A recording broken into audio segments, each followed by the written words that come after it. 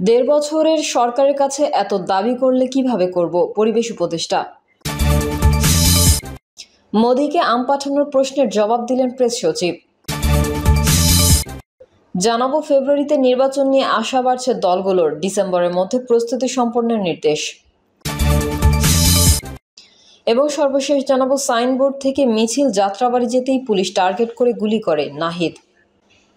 এতক্ষণ শুনছিলেন সংবাদ শিরোনাম, এবারে বিস্তারিত।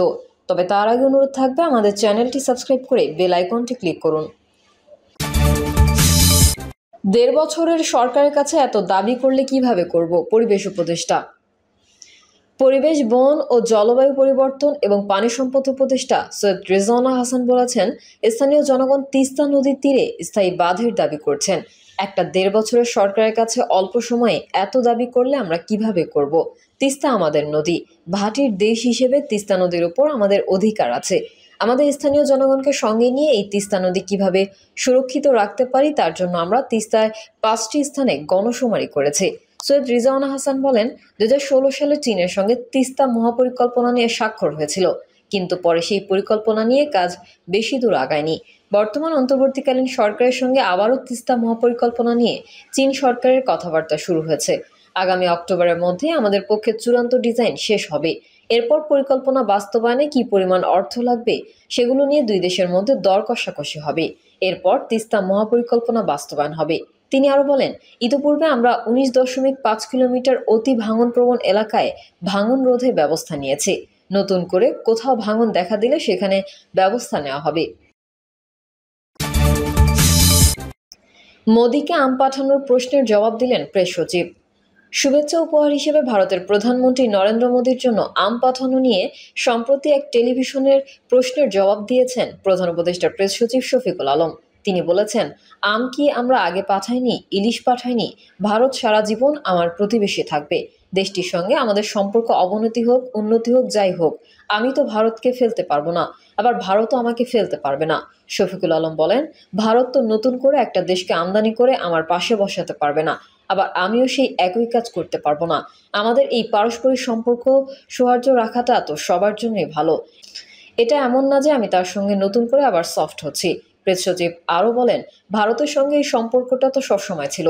কিছুদিন আগে আমাদের অ্যাম্বাসেডর মমতা বন্দ্যোপাধ্যায়ের সঙ্গে দেখা করেছেন, অথচ আপনারা জানেন তিস্তা ওয়াটারের ক্ষেত্রে কি এক ধরনের প্রতিবন্ধকতা মমতা বন্দ্যোপাধ্যায়ের কাছে থেকে এসেছে। এর আগে ভারতের প্রধানমন্ত্রীকে আম পাঠানোর পর ব্যাপক সমালোচনা সৃষ্টি হয়। ফেব্রুয়ারিতে নির্বাচন নিয়ে আশা বাড়ছে দলগুলোর, ডিসেম্বরের মধ্যে প্রস্তুতি সম্পন্নের নির্দেশ। আসন্ন ত্রয়োদশ জাতীয় সংসদ নির্বাচনের যাবতীয় প্রস্তুতি আগামী ডিসেম্বরের মধ্যে সম্পন্ন করার নির্দেশনাকে ইতিবাচক হিসেবে দেখছে রাজনৈতিক দলগুলো। তারা এর মধ্যেই সরকারের দায়িত্বশীল মহলের দেওয়া সময়সীমা অর্থাৎ আগামী ফেব্রুয়ারির মধ্যে নির্বাচন অনুষ্ঠানের বিষয়ে আশাবাদী। বিশ্লেষক মহলও বলছে, এই ঘোষণায় প্রার্থী, ভোটার ও রাজনৈতিক দল সবাইকে উজ্জীবিত করবে। বিষয়টি রোজার আগে নির্বাচন আয়োজন নিয়ে জটিলতা নিরসনে এক ধাপ এগিয়ে যাওয়া। আগামী বছরের ফেব্রুয়ারিতে জাতীয় নির্বাচন হবে কিনা এই নিয়ে বিএনপি সহ বিভিন্ন দলের নেতারা শতভাগ নিশ্চিত হতে পারেননি। পিআর পদ্ধতি নাকি চলমান পদ্ধতিতে নির্বাচন হবে তা নিয়েও দলগুলোর মধ্যে তুমুল বিতর্ক চলছে। অন্তর্বর্তী সরকারের পক্ষে বারবার বলা হচ্ছে যে প্রয়োজনীয় সংস্কার শেষে ইতিহাসের সেরা নির্বাচন উপহার দেওয়া হবে। গত 13 জুন প্রধান উপদেষ্টা ডক্টর মোহাম্মদ ইউনূসের সঙ্গে বিএনপি ভারপ্রাপ্ত চেয়ারম্যান তারেক রহমানের বৈঠকের পর সংসদ নির্বাচন নিয়ে যৌথ ঘোষণায় অনেকেই স্বস্তির নিঃশ্বাস ফেলেন। বিএনপি সহ অন্যান্য দল নির্বাচনের প্রস্তুতি নিতে শুরু করেছে। সর্বশেষ গত 26 জুন প্রধান উপদেষ্টার সঙ্গে প্রধান নির্বাচন কমিশনারের একান্তে বৈঠক হয়। অনেকেরই ধারণা করেছেন হয়তো প্রধান উপদেষ্টা সিইসিকে নির্বাচনের প্রস্তুতির বিষয়ে গুরুত্বপূর্ণ বার্তা দিয়েছেন। তবে ওই বৈঠকে কি বিষয়ে কথা হয়েছে সেটার সুস্পষ্ট বক্তব্য আসেনি। এমন পরিস্থিতিতে গত বুধবার নির্বাচনের সব প্রস্তুতি, বিশেষ করে আইনশৃঙ্খলা বিষয়ক প্রস্তুতিগুলো আগামী ডিসেম্বরের মধ্যে সম্পন্ন করতে নির্দেশ দিয়েছেন প্রধান উপদেষ্টা। এর থেকে ধারণা করা হচ্ছে আগামী বছরে ইউনূস তারেক বৈঠকের সিদ্ধান্ত অনুযায়ী ফেব্রুয়ারির মধ্যে জাতীয় সংসদ নির্বাচন অনুষ্ঠিত হবে। ডিসেম্বরের মধ্যে প্রস্তুতি সম্পন্নের নির্দেশ রাজনৈতিক দলগুলোর মধ্যেও আশা জাগিয়েছে। রাজনীতিবিদদের অনেকেই আশঙ্কা প্রকাশ করে বলেছেন, সরকার নির্বাচনের বিষয়ে পুরোপুরি আন্তরিক এমনটি বলা যাচ্ছে না। নির্দিষ্ট তারিখ ঘোষণা না হলে দলগুলো আস্থা রাখতে পারবে না। লন্ডনে ইউনূস তারেক বৈঠক শেষে শর্ত সাপেক্ষে ফেব্রুয়ারিতে নির্বাচন প্রশ্নে যৌথ ঘোষণা দেওয়া হয়। ওই ঘোষণার পর বিএনপির নীতি নির্ধারকরা মনে করেছিলেন যে নির্বাচন নিয়ে সব অনিশ্চয়তা কেটে গেছে এবং নির্বাচন ফেব্রুয়ারিতেই হবে। ফলে বিএনপি সহ অন্যান্য দল নির্বাচনমুখী তৎপরতাও শুরু করে। এমনকি গণঅভ্যুত্থানের ছাত্র নেতৃত্বের দল জাতীয় নাগরিক পার্টিও নির্বাচন সামনে রেখে সারা দেশে পদযাত্রা, সমাবেশ, গণসংযোগের টানা কর্মসূচি পালন করছে। এদিকে সরকার ও কয়েকটি রাজনৈতিক দলের কিছু কর্মকাণ্ড দেখে ফেব্রুয়ারিতে নির্বাচনের আসলেই কি হবে কিনা তা নিয়েও কথা ওঠে। কারণ নির্বাচন পদ্ধতি নিয়ে বিতর্ক এখন প্রকাশ্যে। আনুপাতিক প্রতিনিধিত্ব বা পিআর নির্বাচনী ব্যবস্থা নাকি সরাসরি ভোট, এই নিয়ে কয়েকটি দল পরস্পর বিরোধী অবস্থানে রয়েছে। বিএনপি তার মিত্র দলগুলো সংসদীয় আসনে সরাসরি ভোটে সংসদ সদস্য নির্বাচিত করায় বিদ্যমান ব্যবস্থার পক্ষে, কিন্তু জামায়াত ইসলামী সহ কয়েকটি ইসলামী দল ও বাম ঘরানার কিছু রাজনৈতিক দল সংখ্যানুপাতিক হারে ভোট এবং জাতীয় নির্বাচনের আগে স্থানীয় সরকার নির্বাচনের দাবি করে আসছে। এই অবস্থায় বিশ্লেষকরা বলছেন, পুরো নির্বাচনী প্রক্রিয়া নিয়ে সরকারের অবস্থান এখনও অস্পষ্ট। রাজনৈতিক দলগুলোর মতপার্থক্য বা পরস্পর বিরোধী অবস্থানের কারণে রাজনীতিতে অস্থিরতা রয়েছে, যার প্রভাব পড়ছে নির্বাচন অনুষ্ঠানের উপর। চলমান রাজনৈতিক অস্থিরতা ও টানাপোড়েনের মধ্যেই গত বুধবার প্রধান উপদেষ্টার বাসভবন যমুনায় স্বরাষ্ট্র মন্ত্রণালয়ের উপদেষ্টা লেফটেন্যান্ট জেনারেল মোহাম্মদ জাহাঙ্গীর আলম চৌধুরী সহ আইনশৃঙ্খলা বিষয়ক উচ্চ পর্যায়ের প্রতিনিধিদের সঙ্গে বৈঠক করেন। সেখানে নির্বাচন অনুষ্ঠানের প্রস্তুতি সম্পন্ন করার নির্দেশ দেন প্রধান উপদেষ্টা ডক্টর মোহাম্মদ ইউনূস। পরে প্রধান উপদেষ্টার প্রেস সচিব শফিকুল আলম সংবাদ সম্মেলনে জানান, ফেব্রুয়ারিতে নির্বাচন আয়োজনের লক্ষ্যে ডিসেম্বরের মধ্যে প্রস্তুতি সম্পন্ন করার নির্দেশ দিয়েছেন প্রধান উপদেষ্টা ডক্টর মোহাম্মদ ইউনূস। স্বচ্ছতা নিশ্চিতে গত ৩ নির্বাচনে দায়িত্ব পালন করা প্রিসাইডিং কর্মকর্তাদের যথাসম্ভব বাদ দেওয়া, সব ভোট কেন্দ্রে সিসি ক্যামেরা স্থাপন, পুলিশের শরীরে বডি ওর্ন ক্যামেরা স্থাপনের নির্দেশনা দিয়েছেন সরকার প্রধান। বৈঠকটি মূলত আইনশৃঙ্খলা বিষয় নিয়ে হলেও তাতে নির্বাচন সংক্রান্ত নানা প্রস্তুতি নিয়ে আলোচনা হয়েছে। অর্থাৎ লন্ডন বৈঠকের পর এখন আনুষ্ঠানিকভাবে নির্বাচনের প্রস্তুতি প্রক্রিয়ার কথা অনেক পরিষ্কারভাবে জানালো সরকার। নির্বাচনের বিষয়ে সরকার আইনশৃঙ্খলা বিষয়ক প্রস্তুতি শেষ করার যে নির্দেশ দিয়েছে, সে বিষয়েও রাজনৈতিক দলগুলো মিশ্র প্রতিক্রিয়া জানিয়েছে। এ বিষয়ে বিএনপির মহাসচিব মির্জা ফখরুল ইসলাম আলমগীর বৃহস্পতিবার ঢাকায় এক অনুষ্ঠানে প্রধান উপদেষ্টাকে ধন্যবাদ জানিয়েছেন। তিনি বলেন, আমি ডক্টর মোহাম্মদ ইউনূসকে ধন্যবাদ দিতে চাই, কারণ তিনি নির্দেশ দিয়েছেন ডিসেম্বরের মধ্যে নির্বাচনের সব কাজ গুছিয়ে রাখার জন্য। এটা অত্যন্ত ইতিবাচক। আমরা আশা করব যে নির্বাচন কমিশন ও আইন শৃঙ্খলা রক্ষাকারী বাহিনী এই কাজগুলো খুব দ্রুততার সঙ্গে সম্পন্ন করে তারা একটা নির্বাচনের পরিবেশ তৈরি করবে, যেন এই নির্বাচন অবাধ, নিরপেক্ষ এবং সবার কাছে গ্রহণযোগ্য হয়। তারা যেন সেভাবে কাজ করে। নির্বাচন ফেব্রুয়ারিতে হবে কি হবে না, রাজনৈতিক অঙ্গনে এমন আলোচনার প্রক্রিয়ায় মির্জা ফখরুল বলেন, আমি খুব আশাবাদী মানুষ। অনেকেই বলেছেন যে নির্বাচন হবে না। কেন? নির্বাচন তো এদেশের মানুষ চায়, নির্বাচনের জন্য তো এদেশের মানুষ প্রাণ দিয়েছে।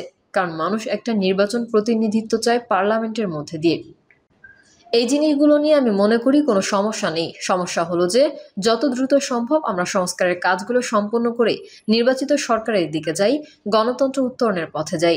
বাংলাদেশ জামায়াত ইসলামীর সেক্রেটারি জেনারেল অধ্যাপক মিয়া গোলাম পরোয়ার বৃহস্পতিবার কালবেলাকে বলেন, নির্বাচনের যাবতীয় প্রস্তুতি অনেক আগেই নিতে হয়।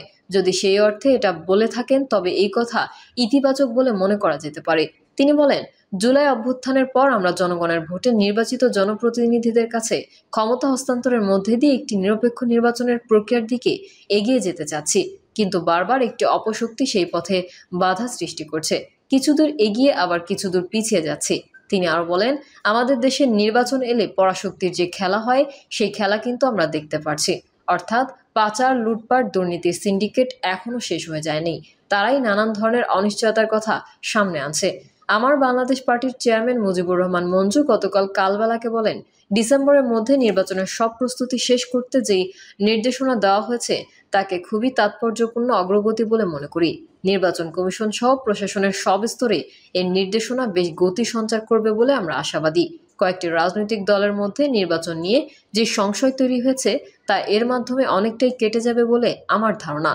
বাংলাদেশ জাতীয় দলের চেয়ারম্যান ও 12 দলীয় জোটের সমন্বয়ক সৈয়দ এহসানুল হুদা কালবেলাকে বলেন, বুধবার প্রধান উপদেষ্টার প্রেস উইং সংবাদ সম্মেলনে জানিয়েছেন, স্পষ্টভাবে আইন শৃঙ্খলা রক্ষাকারী বাহিনীকে ডিসেম্বরের মধ্যে নির্বাচনের প্রস্তুতি গ্রহণ করার জন্য। এখানে নির্বাচন কমিশনকে বলা হয়নি। এমনকি সিইসি বলছেন যে নির্বাচনের তারিখ সম্পর্কে তিনি কিছুই জানেন না। আমরা মনে করি উনি যেভাবে নির্বাচন কমিশন স্বাধীনভাবে নির্বাচন অনুষ্ঠান করবে সেই জায়গাগুলোতে হস্তক্ষেপ করেছেন, কিছু অবাস্তব প্রস্তাবও দিয়েছেন, ফলে তাদের উদ্দেশ্য সম্পর্কে পরিষ্কার নয়। তিনি আরো বলেন, মানুষ হিসেবে আশা করতে চাই যে প্রধান উপদেষ্টা 13 জুন তারেক রহমানের সঙ্গে বৈঠকে যে প্রতিশ্রুতি দিয়েছেন, অর্থাৎ রোজার আগেই বা ফেব্রুয়ারির প্রথমার্ধে বাংলাদেশে একটি নির্বাচন আয়োজন করবেন, সেই ব্যাপারে তিনি দ্রুত এবং কার্যকরী পদক্ষেপগুলো বাস্তবায়নে মনোযোগ দেবেন। বিএনপি চেয়ারপারসনের ফরেন অ্যাফেয়ার্স অ্যাডভাইজারি কমিটির বিশেষ সহকারী বদরুল আলম চৌধুরী শিপুল কালবেলাকে বলেন, সার্বিক বিবেচনায় বাংলাদেশ কোনোভাবেই সংখ্যানুপাতিক পদ্ধতি নির্বাচনের জন্য প্রস্তুত নয়। তবে জোর করে প্রয়োগ করা হলে এই পদ্ধতি দেশকে ঝুঁকির মুখে ঠেলে দিতে পারে। কোনো দল তাদের ক্ষুদ্র স্বার্থকে প্রাধান্য দিতে গিয়ে জাতীয় নিরাপত্তাকে হুমকির মুখে ঠেলে দিতে চাইছে। রাষ্ট্রের নিরাপত্তা ও স্থিতিশীলতা চাইতে তাদের বিবেচ্য বিষয় নয়। রাষ্ট্রের নিরাপত্তা ও স্থিতিশীলতা তাদের কাছে বিবেচ্য বিষয় নয়। তবু প্রধান উপদেষ্টা নির্বাচনের প্রস্তুতি নিতে যেই নির্দেশনা দিয়েছেন সেটি আশাব্যঞ্জক। কেননা দেশকে সঠিকভাবে পরিচালনা করতে হলে গণতান্ত্রিকভাবে নির্বাচিত সরকারের বিকল্প নেই। সার্বিক বিষয়ে শাহজালাল বিজ্ঞান ও প্রযুক্তি বিশ্ববিদ্যালয়ের পলিটিক্যাল স্টাডিজ বিভাগের অধ্যাপক ও রাজনৈতিক বিশ্লেষক ডক্টর মোহাম্মদ শাহাবুল হক কালবালাকে বলেন, বাংলাদেশের গণমানুষের দীর্ঘদিনের চাওয়া সর্বমহলে গ্রহণযোগ্য একটি সুন্দর ও নিরপেক্ষ নির্বাচন। কারণ দীর্ঘ 15 বছর তারা নিজেদের পছন্দ মতো ভোটাধিকার প্রয়োগ করতে পারেনি। 2024 সালের 5ই আগস্ট শেখ হাসিনা ও আওয়ামী লীগ সরকারের পতনের পর মানুষ আশায় বুক বেঁধেছিল দেশের জনগণ এবার ভোট দিতে পারবে। গত 13 জুন লন্ডনে বিএনপির ভারপ্রাপ্ত চেয়ারম্যান তারেক রহমানের সঙ্গে অন্তর্বর্তী সরকারের প্রধান উপদেষ্টা ডক্টর মোহাম্মদ ইউনূসের বৈঠকের পর যৌথ বিবৃতিতে বলা হয় যে সব প্রস্তুতি সম্পন্ন করা গেলে আগামী বছরের পবিত্র রমজান মাসের আগেই নির্বাচন হতে পারে। প্রিয় দর্শক, এই ছিল এখনকার সর্বশেষ সংবাদ। আপডেট ও সংবাদ পেতে চ্যানেলটি সাবস্ক্রাইব করে বেল আইকনটি ক্লিক করুন। কমেন্টে আপনার মতামত জানিয়ে আমাদের সাথেই থাকুন। ধন্যবাদ সবাইকে। আল্লাহ হাফেজ।